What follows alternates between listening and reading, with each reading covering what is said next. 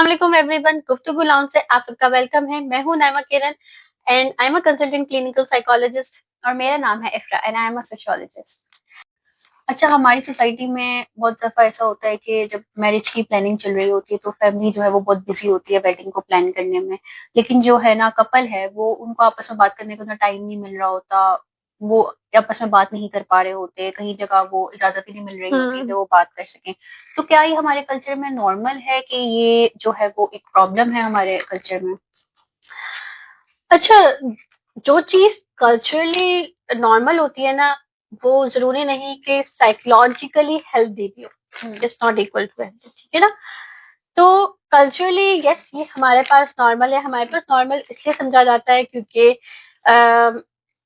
एक तरह से वो कहते हैं कि शादी से पहले अगर बातें हो गई, बातचीत इतनी हो जाती है तो लड़के वालों की तरफ से एक कंसेप्ट आता है, स्पेशली लड़के की माँ की तरफ से एक कंसेप्ट आता है कि ये लड़की जो है ना हमारे बेटे को हाथ में ले लेगी, ठीक है, अपने काबू में कर लेगी, अपने बस में कर लेगी, तो शादी के बाद तो फिर बेटा उसके गुण गाएगा, ठीक है ना। ये चीज एक आती है। दूसरा ये आता है लड़की वालों की तरफ से कि अगर हमारी बेटी कुछ इस तरह से कह दे या कोई इस तरह की बात हो जाए तो फिर आगे उसके अगेंस्ट यूज की जा सकती है वो बातें, और इस तरह की चीज होती है। तो दोनों जो है ना, लड़के वाले और लड़की वाले दोनों का ये कंसर्न जरूर आता है उससे रिलेटेड कि हमें बात नहीं करवानी, ठीक है ना, ये एक कंसर्न आता है। लेकिन अगर आपकी शादी से पहले बात नहीं होगी तो यहाँ पे मेन कंसर्न यही आता है कि आपकी फाउंडेशन कैसे बिल्टअप होगी। आपकी फाउंडेशन बिल्टअप होना बहुत जरूरी है। अब यहाँ पे ना जैसे पाकिस्तान को के अलावा इंडिया में देखा जाए, पूरे एशियन कल्चर में देखा जाए, तो कहते हैं कि शादी इज नॉट अबाउट लड़का लड़की, शादी इज अबाउट दो खानदानों की, ठीक है ना। तो जब दो खानदानों वाली बात आती है ना तो उसमें फिर फैमिली सेंट्रिक आ जाता है। अब पाकिस्तान में देखो, एक शादी उधर गेस्ट की लिस्ट होती है 200 से 500 के करीब बुलाए, कहीं कहीं उससे ज्यादा हो जाते हैं, ठीक है। एक वो चीज होती है। फिर दूसरा, इतने सारे इवेंट्स होते हैं, सिर्फ निकाह बारात वलीमा पे भी होता है, बहुत सारी चीजें। अब तो ब्राइडल शावर और पता नहीं कौन कौन से इवेंट्स निकल के आ गए कि अब वो सारी चीजें होती हैं। ये क्या कहते हैं, बैचलर्स पार्टी, वो भी चीजें निकल के आ गई हैं। तो ये सारी बहुत सारी चीजें होगी, बहुत सारे इवेंट्स होने लग गए। तो सारे डिसीजन जो है ना वो फैमिली की तरफ से लिए जाते हैं। हॉल कौन सा बुक करना है, शादी के कपड़े कैसे होने चाहिए, खाना क्या होना चाहिए, कौन कौन से गेस्ट को बुलाना है, ये सब कुछ फैमिली डिसाइड करती है। लड़की वालों की तरफ से भी, लड़के वालों की तरफ से। और दूल्हा दुल्हन जो है वो सेकेंडरी में चले जाते हैं। हालांकि होना ये चाहिए कि दूल्हा दुल्हन को ये सब डिसाइड करना चाहिए, क्योंकि शादी उनकी हो रही है। लेकिन डिसीजन कौन ले रहा होता है हमारे कल्चर में, हमारी सोसाइटी में, वो लड़का लड़की के पेरेंट्स ले रहे होते हैं, ठीक है। तो यहाँ पे और फिर फाइनेंशियल इन्वेस्टमेंट बहुत ज्यादा होती है, ऑब्वियस ही बात है। पार्लर के बुकिंग्स हैं, हॉल की बुकिंग्स हैं, जो शादी के कपड़ों का खर्चा है वो बहुत ज्यादा हो जाता है। और इसमें बहुत ज्यादा एक टाइम पीरियड चाहिए, मतलब साल भी कभी कभी लग जाता है, कभी 2 साल लग जाता है, कभी कुछ महीने मंथ्स में चीजें हो रही होती है।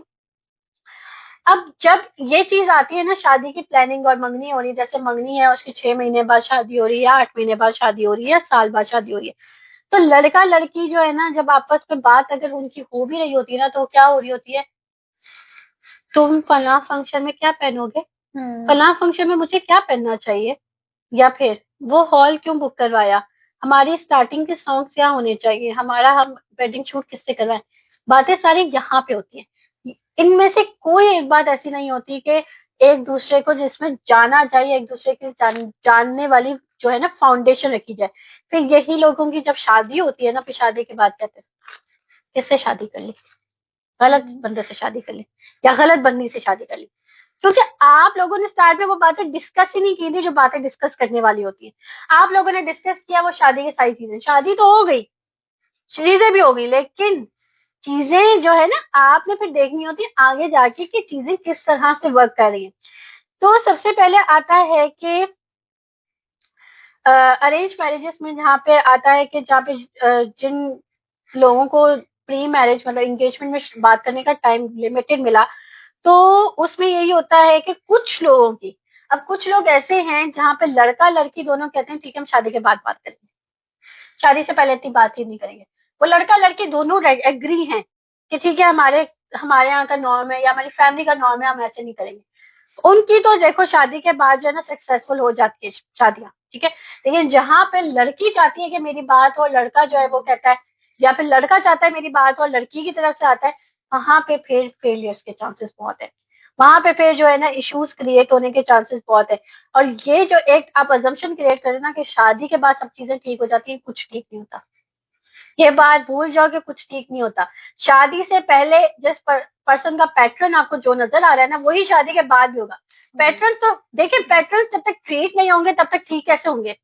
पैटर्न जब तक आप थेरेपीज के थ्रू नहीं, वैसे भी नहीं, लेकिन आप जब तक स्किल्स है, स्किल्स जब तक लर्न नहीं करोगे तब तक कैसे ठीक होगी?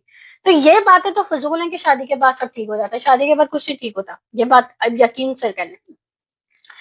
फिर यहाँ पे आता है कि कॉमन पैटर्न अगर हमारा देखा जाए तो एंगेजमेंट अनाउंसमेंट होती है, जहाँ पे एंगेजमेंट अनाउंस कर दी, इनिशियल एक्साइटमेंट हो जाती है, लेकिन कपल का इंटरेक्शन थोड़ा बहुत हो जाता है बीच में।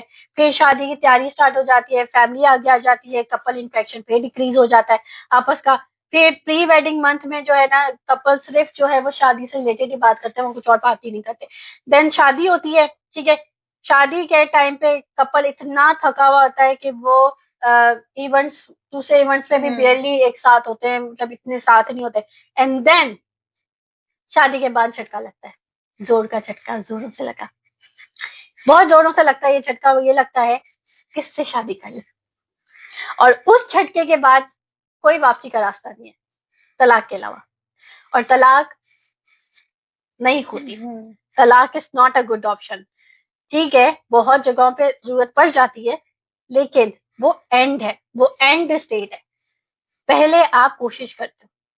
सो जब आप शादी से पहले ये चीजें नहीं देखते, फिर आपको जोर का झटका लगता है, वो भी सोच कि मैंने किससे शादी की, हमने तो कभी बात ही नहीं की आपस में, हमें तो एक दूसरे का पता ही नहीं है। देखिए ये जो चीजें ना, इंटीमेसी बिल्ड, ये टाइम के साथ होती है। इसको टाइम चाहिए, इंटीमेसी बिल्डअप होने के लिए टाइम चाहिए, कन्वर्सेशन चाहिए, आपकी बातचीत होना जरूरी है, आपके एक्सपीरियंस से शेयर होना जरूरी है, तब जाके इंटीमेसी डेवलप होगी। और इंटीमेसी डेवलप नहीं होगी तो फिर आप शादी के बाद भी स्ट्रेंजर रहते हो। बहुत से कपल्स हैं जो स्ट्रेंजर रहते हैं शादी के बाद, शादी कर लेते हैं समझौते के तौर पर, शादी हो रही है, लेकिन फिर क्या है, रिलेशनशिप बिल्डिंग नहीं होती उनकी। उनकी जो है लाइक वो स्ट्रेंजर्स हैं विद विंग्स। देन फिर आता है एक अजम्पशन ट्रैप, ठीक है ना। कम्युनिकेशन नहीं है, आप कपल्स जो है ना वो अजम्पशंस लगा रहे हैं। क्या लगा रहे हैं? कि ज्वाइंट फैमिली सिस्टम में ये रह लेगी, हो सकता है लड़की को न्यूक्लियर में रहना हो, बात नहीं करे ना। तो ये अजम्पशन है कि ये तो रह लेगी मेरे पेरेंट्स के साथ, या गुजारा कर लेगी, या फिर फाइनेंशियल मैनेजमेंट, हाँ मैं सब कंट्रोल कर लूंगा, क्या मैं जॉब कर लूंगी तो मुझे मुझे जॉब करने पे जो है ना मुझे अलाउ कर देगा मेरा शौहर जॉब करने पे। या फिर जेंडर रोल्स है, घर के कामों में साथ कर लेगा मेरे साथ, कोई नहीं मैं शादी के बाद देख लूंगी, ठीक है। करियर प्लान जैसे कि विमेन के लिए स्पेशली है, फैमिली प्लानिंग, शादी के 2 साल बाद बच्चा करेंगे, लड़का कहता नहीं शादी के बाद ही बच्चा हो, यहाँ पे चीज आती है। फिर रिलीजियस प्रैक्टिस लेवल्स हैं, and then daily routines and expected, इन चीजों पे अजम्पशन स्टार्ट हो जाती है, आप अज्यूम करने लग जाते हो क्योंकि आपकी बातें ही नहीं हुई। और यही चीज जाननी आपके बहुत जरूरी है शादी से पहले, मंगनी में यही चीजें जाननी जरूरी है।